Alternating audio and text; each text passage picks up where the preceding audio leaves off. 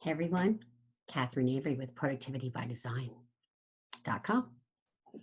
Hope you all are doing great today. I am super excited about today's podcast because today's video slash podcast is all about who you are. What's your style? I don't mean how you dress, but your personality or workplace style, your productivity style.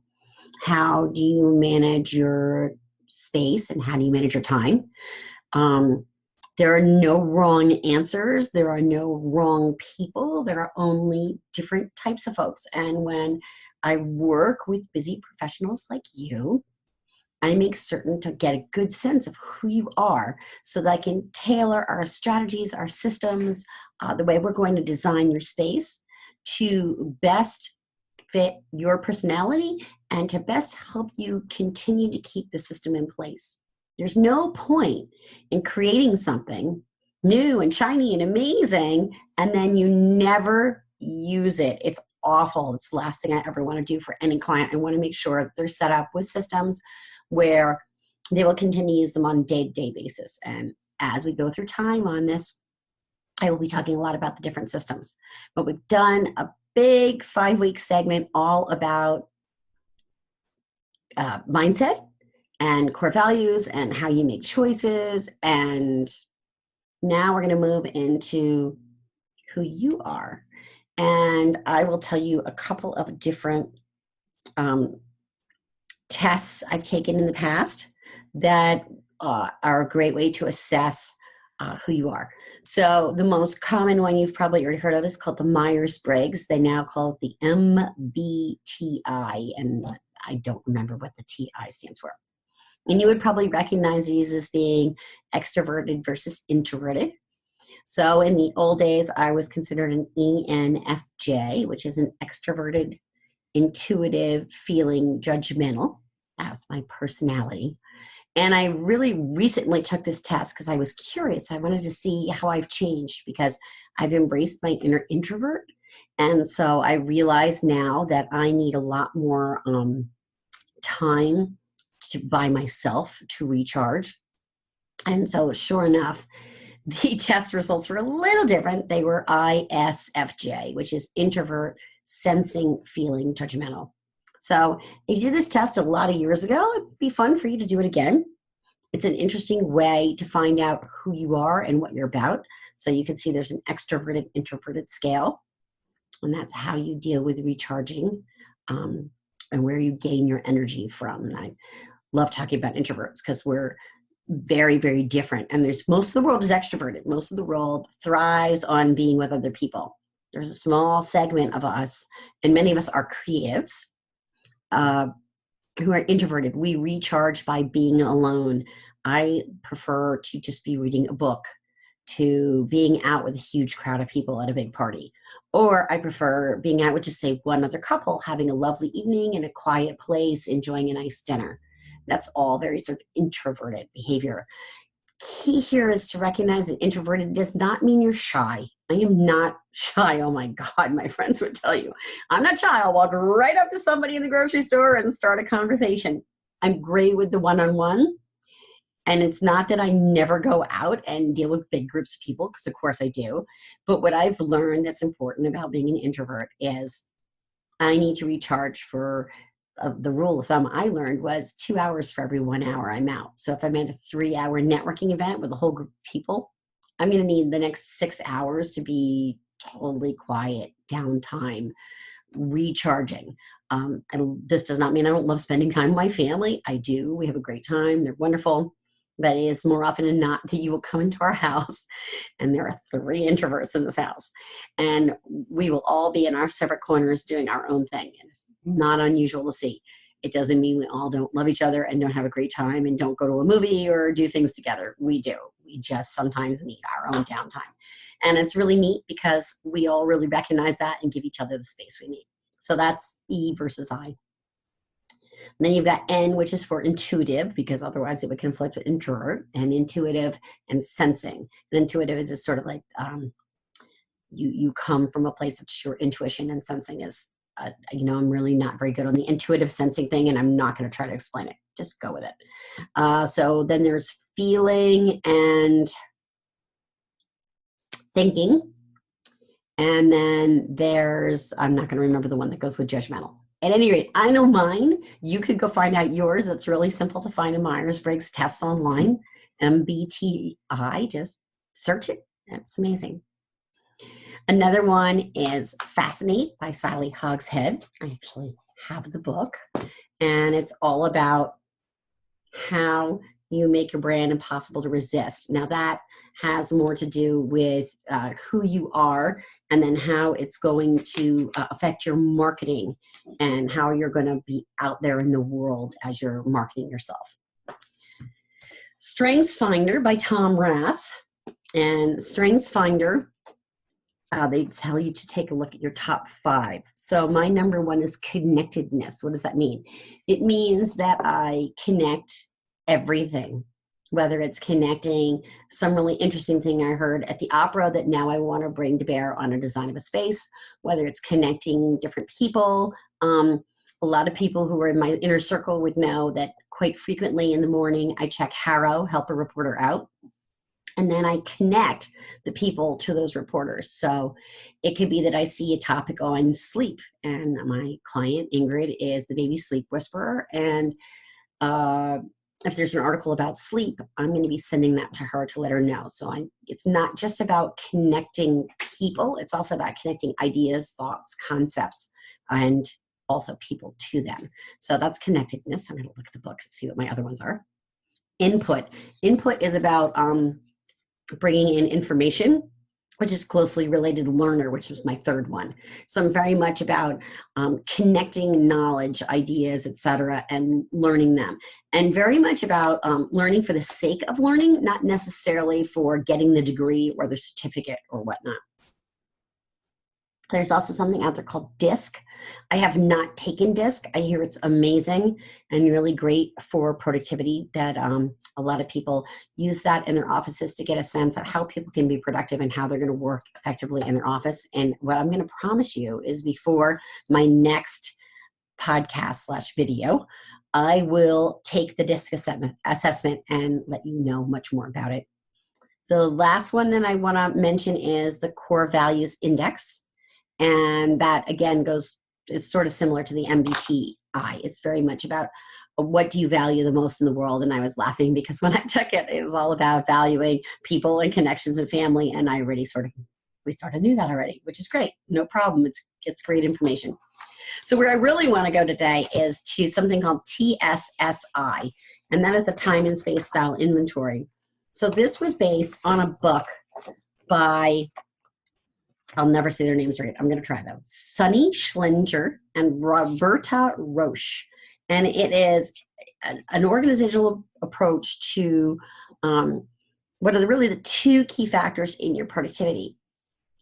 Everybody wants to learn about time management. Everybody thinks if they had more hours in the day, if they had more time, if they knew how to use their time more effectively, time. So the bad news is, it's not just about your time, it's about your space, and whether or not your space uplifts your energy and helps you feel really good in your office space so that you can be more effective with your time, so you can more effectively manage your space, which then will also help you be more efficient with your time. So what this means is we need to take a look at who you are and your style. And the first thing we're going to look at is how you be in your space. How is your space for you? Does it make you comfortable? Are you someone who leaves everything out? Are you someone who puts everything away? Are you a mix? I am notorious for shoving something in a drawer. Right now my drawers are super tidy. I'm so proud of myself. I went through them and organized them and got them so that there's only basic office supplies in them, and it's amazing. I also went through all my old business cards and I threw a ton away today. So just people who I hadn't been in touch with in a really long time, who I know have either moved on to a new company, etc. It was great to clean that out. I did that today. I tend to have a very clear desk space. I cannot work and be creative with a whole bunch of stuff on my desk. So I'll call that white space. Super important for creatives to have white space in which they can think. I do have a ton of books on my bookshelves. I love to have reference materials, going back to that input and learner piece of my personality. And so therefore, I'm sort of this weird amalgamation of everything out, nothing out. I've learned how to deal with my everything out piece. So let me explain what everything out is. I call them filers and pilers. So everybody, a person who's nothing out, they file everything away. They've got it organized. They may or may not have it organized with a really awesome finding system that allows them to find the things they're looking for.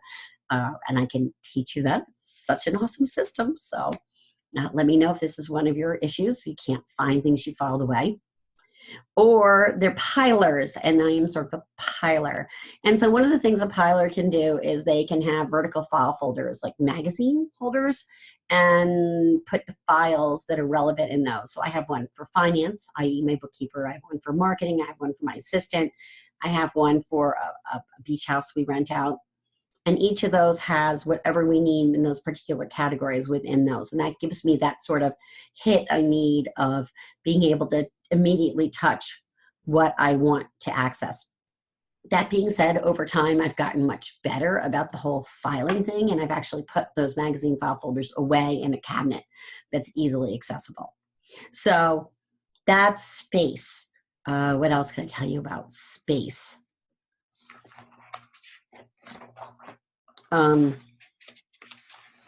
a moment. So this goes back to flow. And I mentioned, and I'm going to see if I can get it right, Molly Cheslinski's book, Flow. In order for you to be in flow, you have to know how you work best in space and enough systems that support you within it. So that's space and that's design. And then there's time. Of course, I'm flipping through the book. That's that noise you hear in the background. I'll put it down. So time is how you handle your time.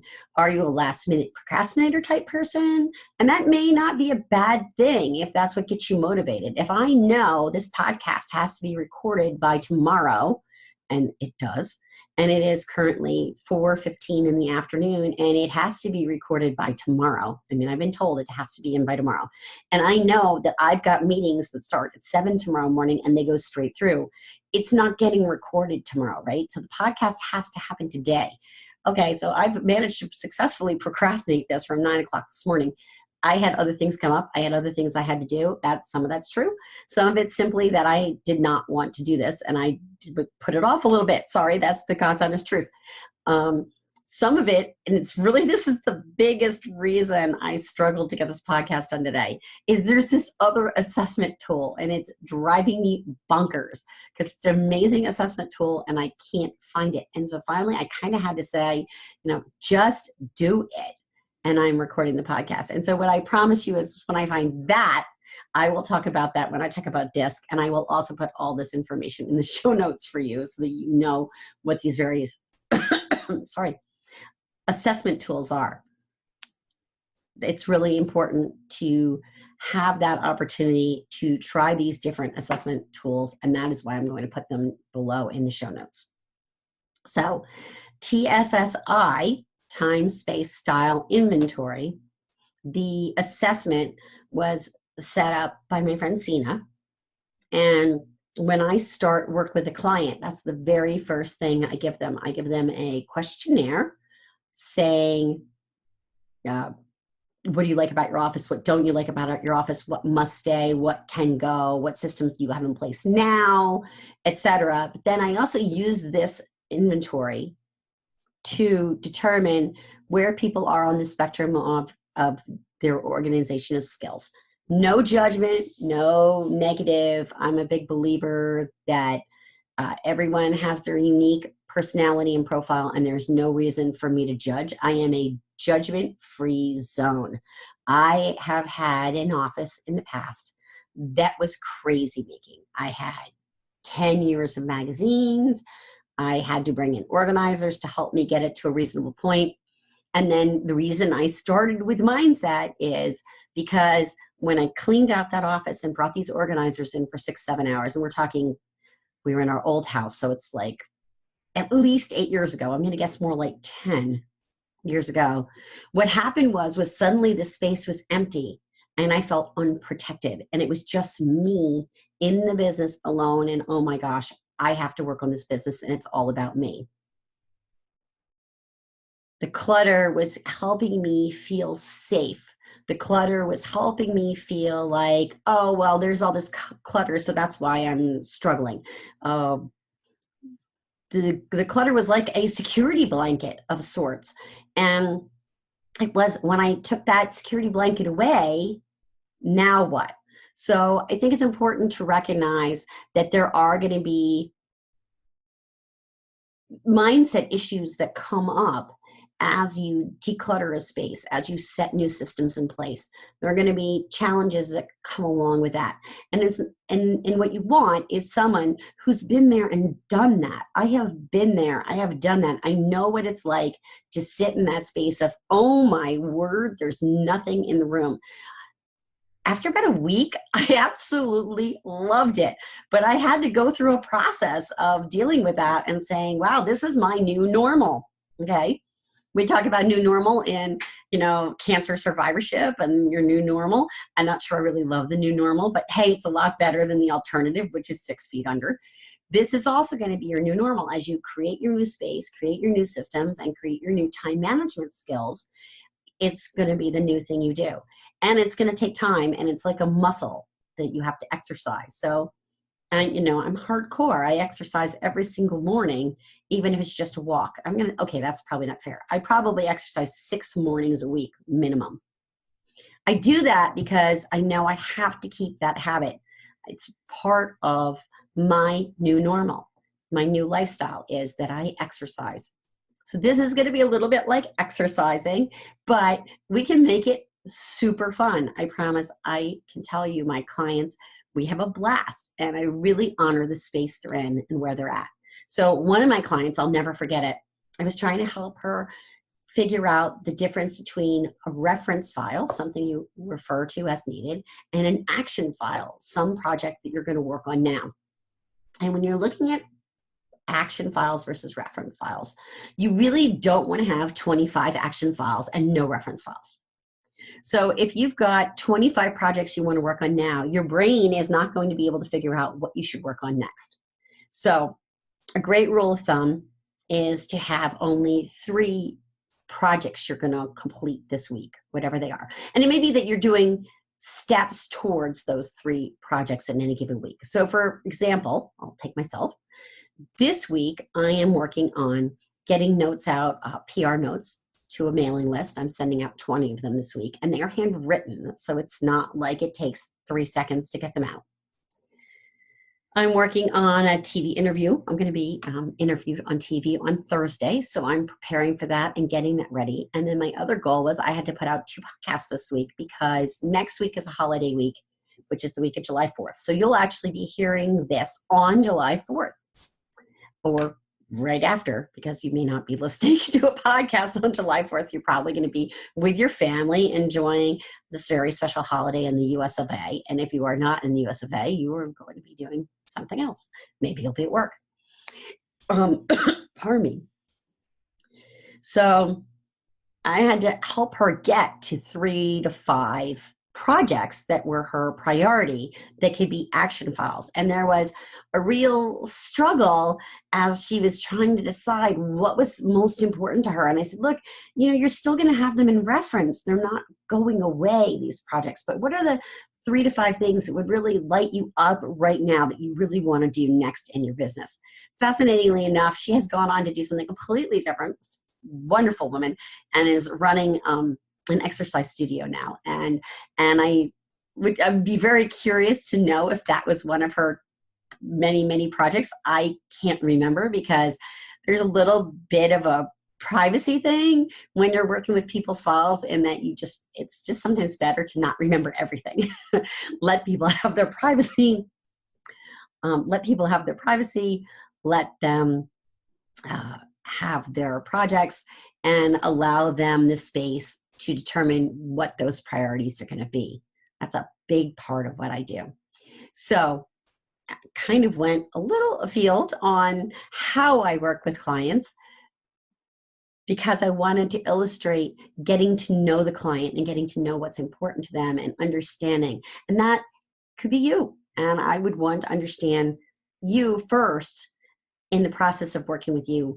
I wouldn't want to just come in and shove my system on you. And then all of a sudden you're saying, hey, wait, your system doesn't work. Well, it probably doesn't work because it wasn't the right system for you.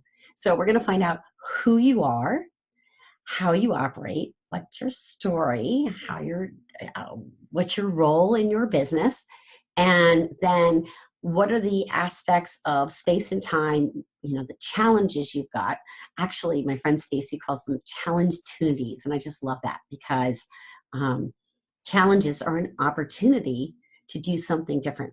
So if you're feeling challenged in your business, if you're feeling that there's clutter around your desk and you just can't see the white space, if you're late to meetings, if you're constantly being asked for things and they're not ready, I would love to help you. I'd love to determine who you are and which systems I am aware of that I could help fit you best as you move forward to your amazing success in your business. Again, Catherine Avery with Productivity by Design. I'm so glad you're here. I would love for you to drop questions below. What are things you'd like to hear about next as I'm moving forward with building this content? My next goals, just so you know, are to talk more about each of the different personality types within space and time. But I am completely open to anything else you might want to know about personality testing, productivity, how to set up your office. Please feel free to drop those questions down below and I will answer them. Until next time, I'm wishing you all your success. If you're in the United States, very happy 4th of July.